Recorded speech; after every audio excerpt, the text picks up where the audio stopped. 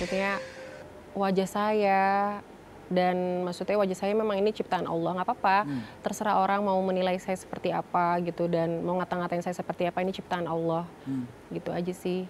Dan maksudnya yang dihina juga kan mata saya. Nah, mereka nggak tahu kan cerita hidup saya seperti apa di masa lalu. Saya pernah kecelakaan kan nggak tahu. Sampaikan. Peristiwa ini, apakah kemudian itu membuat kamu jadi jauh lebih berhati-hati dalam berteman dan bersosialisasi? Iya, aku lebih hati-hati sih. Lebih hati-hati, suami aku juga lebih kayak ngejagain. Udah pokoknya kamu sekarang fokus aja sama anak-anak, fokus sama keluarga, sama suami. Jadi udah teman sekedarnya aja itu, jangan terlalu kayak gitu sih. Maksudnya lebih ngejagain sih. Lebih menutup diri dong berarti ya? Iya. Emang benar-benar keganggu banget sih masalah kemarin tuh, sampai mau keluar aja kayak takut mental saya. Apalagi kan saya menyusui juga kan, sampai nggak bisa tidur, nggak enak makan gitu kan. Apalagi saya lagi menyusui gitu, kadang-kadang berpikir kok ini orang tega banget sih, saya ini seorang ibu loh, ibu menyusui harus dijaga mentalnya gitu. Kok tega-tega banget ini orang semua yang nggak tahu apa-apa ikut-ikutan fitnah kan gitu loh, fitnah tanpa bukti gitu. Apalagi kan ini yang nyerang saya ini netizen-netizen, sedangkan keluarga sana aja kan, pihak sana aja kan maksudnya Baik-baik aja biasa gitu. aja gitu ya kan, harusnya mereka lebih tekanin ke sana gitu loh. Maksudnya sakitnya sakit apa ya kan, harus diluruskan, klarifikasi gitu. Itu aja sih. Yang menyedihkan dari mendapatkan bully di dunia maya adalah yang melakukannya gaib gitu ya, goib. Kita nggak bisa, kayak aku kebayang banget perasaan kamu berperang melawan sesuatu yang tidak kelihatan gitu ya, Cak, ya rasanya. Gimana ya, saya itu sebenarnya kayak gimana ya, nggak percaya sih sebenarnya. Saya sebenarnya, kalau saya pribadi ya, saya pribadi dan keluarga saya tidak percaya dengan hal-hal seperti itu. Ya itulah pokoknya nggak percaya gitu, nggak percaya dengan hal seperti itu. Oke. Sebetulnya kan boleh dikatakan bahwa apa yang kamu alami nih di sosial media, di dunia digital, kamu tuh sudah mengalami perundungan digital loh. Iya. Belum ada terbesit keinginan bagi kamu untuk melakukan langkah hukum gitu. Kalau aku mah kayaknya udah nggak kuat loh, Cak, membayangkannya. Jadi ini udah sih, maksudnya lawyer aku udah juga kita beberapa orang yang memang parah banget, aku udah serahin sama lawyer aku. Jadi biar lawyer aku aja nanti yang mengurus. Terus yang masalah fitnah ini ya, saya sebenarnya udah dari tahun lalu juga sudah bilang ke pihak almarhum, kalau memang ada bukti saya yang melakukan, saya siap, saya dan suami saya siap untuk dibawa ke jalur hukum gitu loh. Saya siap banget gitu loh, saya siap banget ke jalur hukum gitu. Ya karena memang saya tidak melakukan gitu, saya sampai bicara seperti itu, katanya ada bukti kan, CCTV apa segala macam gitu yang seperti diceritakan gitu. Makanya saya berani gitu, ayo kita sampai ke jalur hukum dari tahun lalu malah kita ngomong seperti itu. Bawa aja ke jalur hukum. Kalau memang ada bukti dan itu memang kalau misalkan saya pelakunya, langsung aja kita ke jalur hukum aja gitu. Selesaikan aja secara hukum gitu di negara ini negaranya gitu ya. kan negara hukum. Jadi langsung aja gitu, katanya punya bukti. Kalau memang benar-benar ada bukti, emang itu pelakunya saya siap kooperatif gitu. Oke. Kan berarti ini sudah terjadi hampir 1 sampai 2 tahun ya? Sampai 2 tahun lah ya. Iya, hampir 2 tahun lah ya.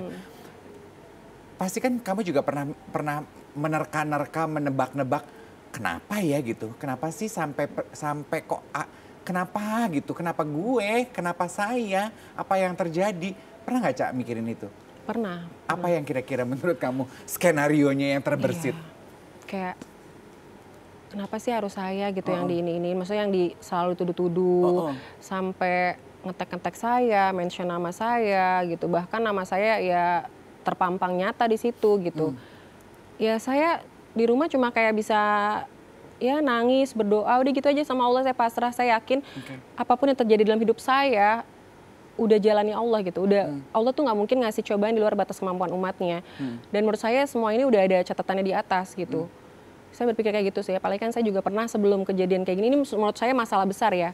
Ini masalah besar dan saya juga pernah mengalami masalah ujian besar juga. Pada saat 2014 saya kecelakaan maut dan hampir lewat nyawa saya gitu, kecelakaan tragis. Kehidupan saya cuma tinggal kayak 10%, 10%, saya koma 6 hari pada saat itu. Wow. Dan itu cukup berat banget buat saya, berat banget. Berat banget, makanya saya kayak kalau misalkan saya nggak bisa nerima ya gimana ya. Tapi Allah masih memberikan mukjizat kepada saya, masih alhamdulillah saya masih diberi kesehatan lagi, kesempatan hidup lagi saya lagi, ya makanya itu saya gunakan hidup saya sebaik-baiknya gitu. Karena memang saya pernah mengalami kecelakaan tragis itu, masalah besar itu gitu, ujian besar itu. Wow, koma selama 6 hari. Astaga, banyak yang bilang ya pemirsa setia Insertizen, mereka yang berhasil melampaui peristiwa besar dalam hidupnya, sebagaimana Ica, ketika mereka kembali, mereka tidak akan pernah sama lagi dalam menjalani kehidupannya. Betul nggak, Ca? Betul, betul. Saya terus berusaha untuk menjadi pribadi yang lebih baik, terus lebih baik, karena kan kesempatan kedua ya. Gitu. Dan pada saat lihat mobil saya yang benar-benar hancur, saya masuk truk tronton pada saat itu, semua orang tuh nyangka tuh yang di dalam itu nggak akan selamat gitu. Jadi ya nggak mungkin lah saya mempergunakan sisa hidup saya dengan hal-hal yang nggak baik gitu loh, apalagi sampai ya isu seperti ini gitu loh, nggak mungkin lah saya melakukan seperti itu gitu. Karena ya niat saya, pikiran saya hanya ingin terus-terusan berbuat baik aja, berbuat baik, menjadi lebih baik lagi gitu loh setiap harinya, kayak gitu sih. Dan saya selalu pasrah aja sama Allah, apapun yang terjadi dalam hidup saya pasti udah jalani Allah, deh gitu aja. Ya semoga aja cepat selesai. Sekarang saya mengerti kenapa kamu sebegitu pasrahnya, rupanya karena memang ada pengalaman hidup kamu yang mengajarkan kamu untuk jauh lebih berpasrah. Pasrah aja, iya. Karena Hebat. Allah sebaik-baiknya pelindung, ya pokoknya selain aja semua sama Allah gitu. Pasti takdir Allah semuanya ada yang terbaik, itu aja. Saya lebih ke Allah, Allah udah itu aja. Oke. Kembali ke masalah almarhum Stefy, pernah nggak tapi kamu menyampaikan rasa penasaran kamu dan nanya gitu ke beliau, kenapa ya? Kenapa gue sih ditek-tekin orang-orang? Kenapa ya gue tuh ikut ke fitnah sama problem lo? Nggak pernah sih. Cuma ya itu terakhir yang tahun lalu itu ya itu suaminya telepon suami saya yang untuk ajak bertemu, ya mungkin untuk meyakinkan almarhumah juga bahwa memang saya tidak melakukan gitu. Jadi ya saya ditantang untuk sumpah Al-Quran dan saya siap gitu. Pada saat saya hamil tuh saya siap untuk bersumpah Al-Quran karena saya tidak melakukan gitu. Secara langsung berbicara enggak sih. Kalau saya sama almarhum berbicara langsung enggak sih. Lebih komunikasi ke suami saya aja gitu. Seperti yang tadi diakui oleh Ica bahwa komentar netizen di luar sana pasti udah rupa-rupa ya. Biasanya kalau mereka sudah punya misi, segala sesuatu tuh kayak tergiring dihalalkan. Satu yang menarik perhatian kami dan kita akan minta Ica untuk meluruskan hal ini, komentar orang yang mengatakan katanya bahwa Ica ini memang kayaknya dari tatapannya ada yang magis deh, ada yang berbeda nih, betul nggak, Ca? Iya, komentarnya kayak gitu. Oke. Tanggapan kamu terhadap komentar itu adalah? Ya nggak apa-apa, maksudnya wajah saya dan maksudnya wajah saya memang ini ciptaan Allah, nggak apa-apa. Terserah orang mau menilai saya seperti apa gitu dan mau ngata-ngatain saya seperti apa, ini ciptaan Allah. Gitu aja sih. Dan maksudnya yang dihina juga kan mata saya. Nah mereka nggak tahu kan cerita hidup saya seperti apa di masa lalu. Saya pernah kecelakaan kan nggak tahu. Gitu yang dihujat kan mata saya ya sama netizen itu kan. Sementara kondisi mata kamu itu adalah tanda dan bukti bahwa Tuhan menyelamatkan kamu dari peristiwa yang tragis, menyebabkan kamu 6 hari koma. Hampir meninggal. Jadi sebetulnya itu your badge of honor. Luka yang ada di mata kamu itu adalah your badge of honor. Apakah kamu merasa insecure dengan kondisi itu? Saya untuk bangkit dari ujian saya itu cukup lama loh, cukup 2 tahun ya saya baru bisa.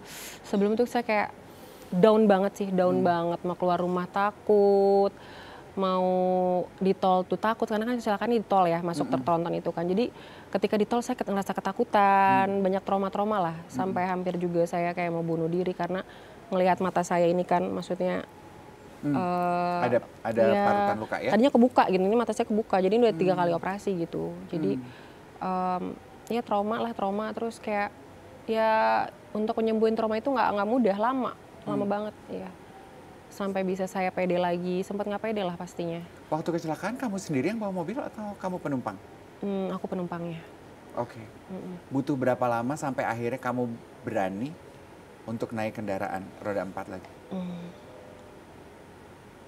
3 bulan apa 5 bulan ya, lupa deh saya. Oke. Sekitar itulah. Oke. Karena takut kan naik kendaraan takut, mau ke tol takut gitu. Kalaupun keluar paling kayak ke rumah sakit karena kan harus check up kan setelah itu. Lumayan lama saya di rumah sakit tuh sekitar kayak sebulan lah. Karena kan patah tulang rusuk gitu. Terus ini kebuka. Cukup parah sih, parah.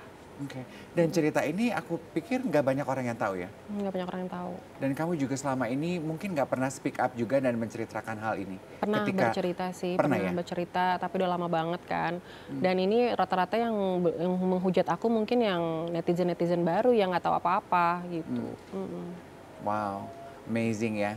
Gampang sekali jarinya berkomentar terhadap sesuatu yang punya background cerita yang sebetulnya Sakit, sedih gitu. iya. Sakit banget. Oke. Jadi dengan netizen itu ngata-ngatain tuh benar-benar saya sakit banget hati saya gitu. Maksudnya kok ini orang ini kok bisa tega sih gitu loh. Bisa tega untuk berkata-kata seperti ini yang nggak tahu apa-apa gitu.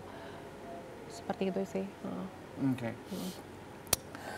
Kalau kamu survive kecelakaan setelah 6 hari, ketika kamu menyembuhkan luka trauma itu, kamu menyembuhkannya sendiri atau dengan bantuan tenaga profesional? Dengan bantuan psikolog mungkin? Enggak? Kalau ustadz sih, lebih ke ustadz. Oke. Karena kan waktu itu Bimbingan saya spiritual. kayak bimbingan ya kayak ustadz itu sering masuk dipanggil. Karena kan pada saat itu saya kayak mau bunuh diri ngeliat keadaan mata saya seperti itu kan shock juga kan. Iya. Kayak mau bunuh diri udah mendingan mati aja daripada cacat bla bla bla bla gitu.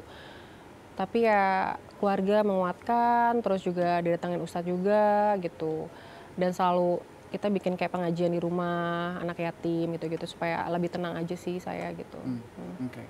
Arah pertanyaanku adalah peristiwa yang terjadi dengan almarhum Steffi, kamu dikhianati ini ya. Perundungan online yang kamu alami itu kan juga sebetulnya very traumatic ya. Trauma banget ya. Akankah kamu mencari pertolongan profesional atau mungkin bimbingan spiritual juga? Ya karena kemarin aku dengan kejadian seperti ini memang benar-benar membuat aku trauma, membuat aku kayak keluar rumah kayak takut, terus juga tidur nggak enak, makan nggak enak, sampai jujur aku tuh sampai kayak turun berat badan lumayan sih semenjak kejadian ini gitu. Dan jujur kemarin ya sempet aku panggil ustadz ke rumah, terus kayak anak yatim supaya aku tuh lebih tenang, suami aku juga, anak-anak aku juga gitu sih. Cuma nggak aku posting lah, nanti kalau diposting serba salah lagi. Pokoknya apa yang aku lakukan saat ini kayak salah jadi mata netizen gitu kan. Kamu jadi lebih berhati-hati ya untuk membagikan kehidupan kamu di sosial media ya. Betul, betul apa kata Ica. Kalau netizen sudah merasa salah, apapun yang kamu rasakan, ya salah. Tanggapan dari keluarga kamu dengan apa yang terjadi? Ya, Fitnah ini. iya sempat kayak marah banget gitu loh, marah banget. Terus kayak kecewa banget juga gitu, kecewa, marah. Cuma ya gimana ya, balik lagi ya menguatkan aku juga gitu. Karena kalau misalkan semuanya nggak ada yang menguatkan, semuanya drop semua kan juga berat ya. Jadi ya di sini aku dan anak-anak paling drop banget sih. Aku anak-anak paling drop, suami, adik, orang tua semua menguatkan sih. Maksudnya menguatkan, udah sabar. Cobaan ini nggak mungkin pasti udah atas izin Allah ya kan, cobaan yang ini yang diberikan ini pasti atas izin Allah. Nggak mungkin Allah tuh memberikan cobaan di luar batas kemampuan umatnya. Jadi sabar aja gitu. Insya Allah ini pasti berlalu gitu. Banyak yang bilang today's news is going to be yesterday's trash. Kapan kira-kira menurut kamu virality, news, headlines datang silih berganti? Berapa lama kira-kira menurut kamu peristiwa ini tetap berada di rasa penasaran orang-orang? Sebenarnya gampang ya, semoga aja sih ya saya kan udah klarifikasi gitu ya, walaupun tidak menyebutkan nama saya, tapi kan semuanya udah mention ke saya, tag-tag saya, bahkan nama saya terpampang di situ. Ya sekarang gini, saya udah klarifikasi ya. Semoga aja media atau netizen yang penasaran langsung aja tanyakan ke pihak almarhum suaminya gitu kan. Maksudnya ini sakitnya apa, meninggalnya karena kenapa, sakit apa. Bisa juga tanya langsung ke RSCM, rumah sakit beliau meninggal, ya kan pasti kan tahu tuh, pasti ada tahu kan sakitnya sakit apa kayak gitu. Ya pasti ini beres sih kalau misalkan pihak sana speak up gitu. Cuma kan sampai saat ini kita ajak speak up pun kemarin pihak suaminya belum mau gitu dengan alasan masih berduka gitu. Dan bukan di sini juga bukan ranah saya untuk saya tahu sakitnya almarhum apa, cuma bukan ranah saya untuk berbicara, berbicara di sini gitu. Yang berhak memberitahukan suami almarhum gitu kan. Itu aja sih. Kalau Anda menikmati dan mencermati obrolan kami di iTalk, selain tentunya adalah bukti yang tadi dibeberkan oleh Ica, juga adalah ketika pihak keluarga almarhum bisa speak up, menyatakan secara jujur apa yang sebenarnya terjadi. Nggak mungkin Ica yang melakukan hal itu karena itu bukan haknya Ica. It's not your story to share. Iya, bukan hak aku lah untuk men-share gitu kan sakitnya apa. Sebelum dia meninggal, aku belum tahu kalau dia sakit keras. Nah, setelah meninggal baru saya tahu kalau dia tuh meninggal karena sakit keras gitu. Ada sakit yang cukup menyeramkan lah gitu. Tapi bukan karena santet ya, bukan karena santet. Tapi ya untuk penyakitnya langsung aja tanya ke pihak suaminya gitu, yang tahu semua gitu. Mudah-mudahan ya pihak suaminya maulah gitu untuk speak up, berbicara sejujur-jujurnya, ya kan, tanpa ditutup-tutupin lagi. Karena ini kan merugikan satu pihak ya, masa sih tega gitu loh, sampai fitnah ini tuh terus-terusan melebar kemana-mana gitu. Ya kan harusnya ini yang bisa stop ya hanya pihak sana gitu, supaya ini nggak jadi pro kontra lagi kan gitu. Tahun 2024 masih panjang. Hopefully keinginan kamu segera terwujud dan kamu bisa menjalani sisa kehidupan di tahun 2024 ini menjadi lebih baik. Coba kita berandai-andai. Apa rencana dalam kehidupan pribadi Ica yang ingin Ica raih di 2024? Raih 2024 ya. Pokoknya intinya setelah masalah ini aku mau nama baik aku tuh bersih lagi. Nama baik aku bersih, terus aku lebih fokus ke keluarga, ke anak-anak, ke bisnis aku. Ya lebih bahagia aja sama keluarga kecilku gitu. Itu aja sih. Dan bisa bermanfaat juga untuk banyak orang tentunya ya itu ini aku dari dulu memang aku selalu pengen menjadi orang yang bermanfaat untuk banyak orang, itu misi aku. Satu kata sifat yang menurut Ica paling menggambarkan kepribadian Ica sebagai manusia apa tuh? Apa ya? Nggak tegaan, aku tuh nggak tegaan, nggak tegaan. Kadang orang yang berbuat jahat sama aku tuh kayak ya udah aku nggak akan membalas gitu, biar nggak apa-apa, aku dijahatin nggak apa-apa, udah gitu aja. Aku lebih kayak nggak tegaan, nggak bisa tega untuk membalas orang gitu. Kalau misalnya jahat udah diem aja, ngadunya sama Allah, udah gitu aja. Karena aku kayaknya menurut aku untuk membalas orang jahat itu bukan hak kita, biar Allah. Ya kan perbuatan kita baik atau buruk kan pasti udah ada, maksudnya ada balasannya gitu. Dan hanya Allah yang berhak untuk membalas perbuatan manusia apapun itu. Ica, thank you so much sudah mau membagi, menceritakan luka kehidupan yang tidak banyak orang tahu. Dari orang yang juga sempat insecure karena memiliki luka toreh karena operasi, aku cuman mau bilang, kamu harusnya bangga kalau kamu punya luka toreh karena itu tanda atas perjuangan kehidupan lo. Lo keren, Ca. Terima kasih banyak sudah mau berbagi. Sehat, bahagia selalu. Bye everyone.